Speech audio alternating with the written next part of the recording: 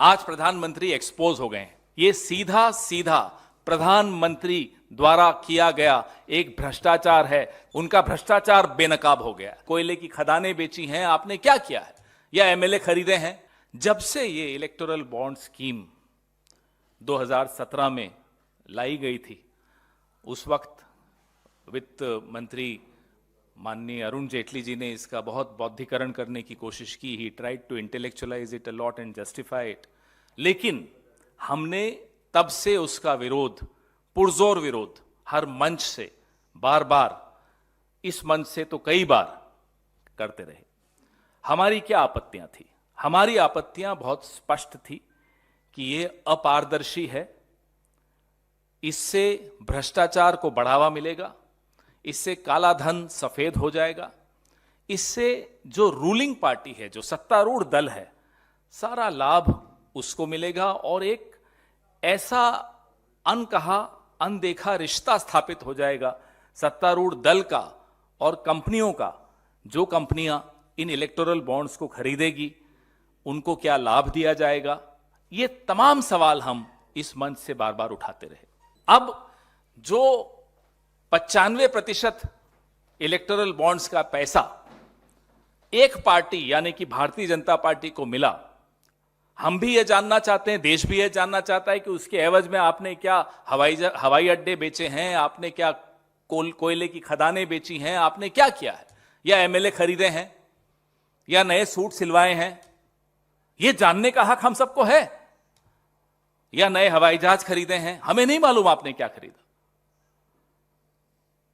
95% यानी कि 5,200 करोड़ रुपए भारतीय जनता पार्टी के अकेले के खाते में इलेक्टोरल बॉन्ड से आया है। हम माननीय सर्वोच्च न्यायालय के इस आदेश का खुले दिल से स्वागत करते हैं और हम ये मांग दोहराते हैं कि SBI, state bank of India, उस तमाम जानकारी को सार्वजनिक पटल पर रखे जिससे कि जनता को यह मालूम पड़े किसने कितना पैसा किसको दिया। आपको याद होगा कि यह electoral bond scheme Bharatiya Janata party की मोदी सरकार मनी बिल के तौर पे लेकर आई थी ताकि राज्यसभा में इस पर कोई चर्चा ना हो, कोई बहस ना हो और सीधा पारित हो जाए। आज भी हमें डर है और हमारा डर भी जायज है। हमारा डर यह है कि कहीं फिर से कोई अध्यादेश जारी ना हो जाए ताकि इस सुप्रीम कोर्ट के आदेश से बच जाए सरकार। यह डर हमारा जायज है। इस डर को हम आपके साथ साझा कर रहे हैं। हमारी मांग है, यह सीधा सीधा भ्रष्टाचार का मामला है और इस भ्रष्टाचार के मामले में सीधे सीधे प्रधानमंत्री खुद शामिल हैं। ऐसे कई खोजी पत्रकारों ने फाइल की नोटिंग्स तक सार्वजनिक की हैं, आप सबके सामने हैं। मैं भी आपसे साझा करूंगा, जिसमें चुनाव आयोग हो, वित्त मंत्रालय हो, लॉ कमीशन हो, लॉ मिनिस्ट्री हो, इन सबने अपने अपने स्तर पे जिनके जमीर जिंदा हैं उन अधिकारियों ने फाइल नोटिस में अपना विरोध दर्ज किया था। उस विरोध को नजरअंदाज करते हुए किस तरह से ये थोपी गई इलेक्टोरल बॉन्ड स्कीम इस देश पर, यह हम सब ने देखा। आज प्रधानमंत्री एक्सपोज हो गए हैं, बेनकाब हो गए हैं। उनका भ्रष्टाचार बेनकाब हो गया।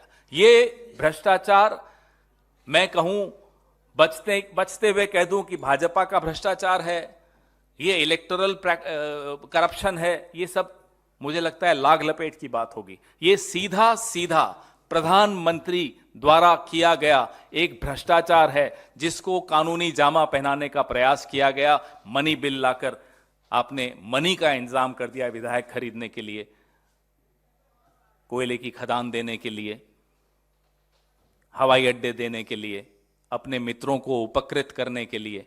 यह आपके सामने है आज।